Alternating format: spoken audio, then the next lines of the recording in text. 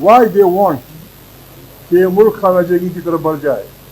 بالکل ایسا لگتا ہے جیسے قصدن اور عمدن اس ملک کو خانہ جنگی کی طرف دھکیلا جا رہا ہے.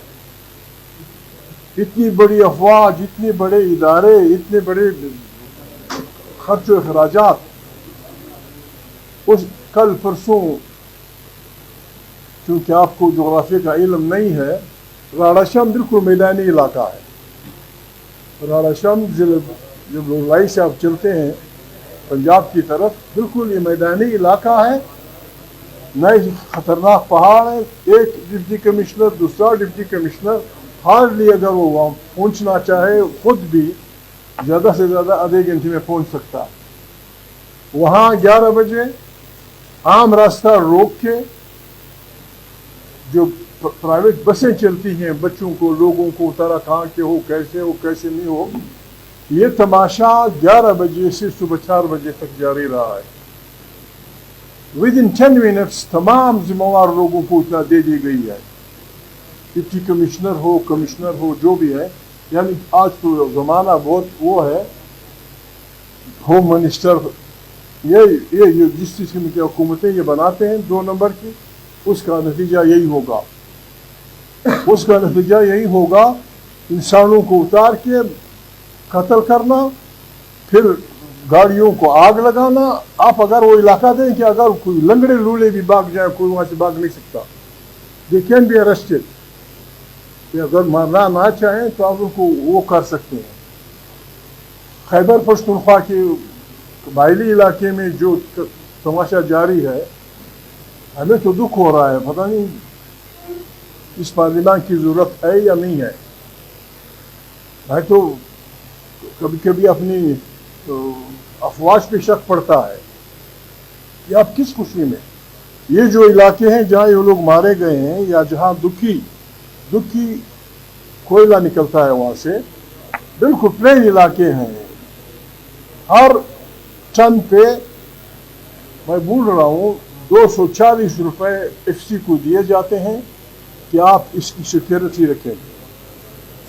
اور ان کی آشیرواد سے، جاسوسی اداروں کے آشیرواد سے، جرنیلوں کے آشیرواد سے تقریباً 240 روپے نام نہاد بیلے کو بھی دیا جاتا ہے. مچھ سے لے کر کوئٹہ تک یہ جو ایک سوراخ ہوتا ہے جس میں اگلی گستا ہے، اس کو آلچ کہتے ہیں. ہر آلچ پہ 1 لاکھ روپیہ یہ کروڑوں دن کا بن جاتا ہے.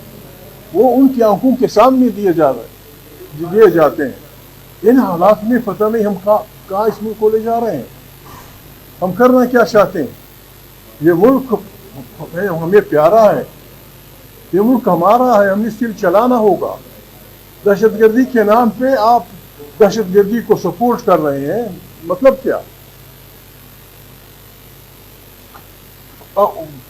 10 دن پہلے ٹرمپ پریزیڈنشل کینڈیڈیٹ پہ قتلانہ حملہ ہوا.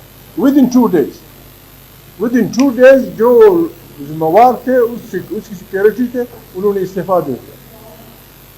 ہمارے یہ جو درجنوں نہیں سینکڑوں لوگ مارے جا چکے ہیں، کبھی یہ فرقہ وارانہ اس کے نام سے، کبھی کس کے نام سے. آج تک کسی آدمی کو نہ نکالا گیا ہے، نہ کسی بے ہمت بے ایمان نے استعفیٰ دیا ہے. سب آرام سے بیٹھے ہیں. حکومت کو ودن ابھی جو کچھ ہوا ہے، تمام ڈپٹی کمشنر اگر واقعی انہیں پاکستان عزیز ہے، اگر واقعی پاکستان کا امن انہیں عزیز ہے، all the deputy commissioners of this area must be suspended at least. اگر ان کو سیکھ نہیں کیا جاتا، they must be suspended. جو کرنل، جو میجر، جو بریگیڈیئر انچارج ہے، آپ بچو اپنے وہ نہیں دیکھیں. سارے پہاڑوں پہ FC کی چیک پوائنٹس ہیں. FC کے چیک پوائنٹس ہیں. مسلح جوان وہاں پڑے رہتے ہیں سینکڑوں ہزاروں کی تعداد میں. یہ قتل عام جاری رہا تقریباً 11 بجے 4 بجے تک. ہمارے لیے سوال پیدا ہوتا ہے کہ یار کیا ہو رہا ہے؟ Who is doing it؟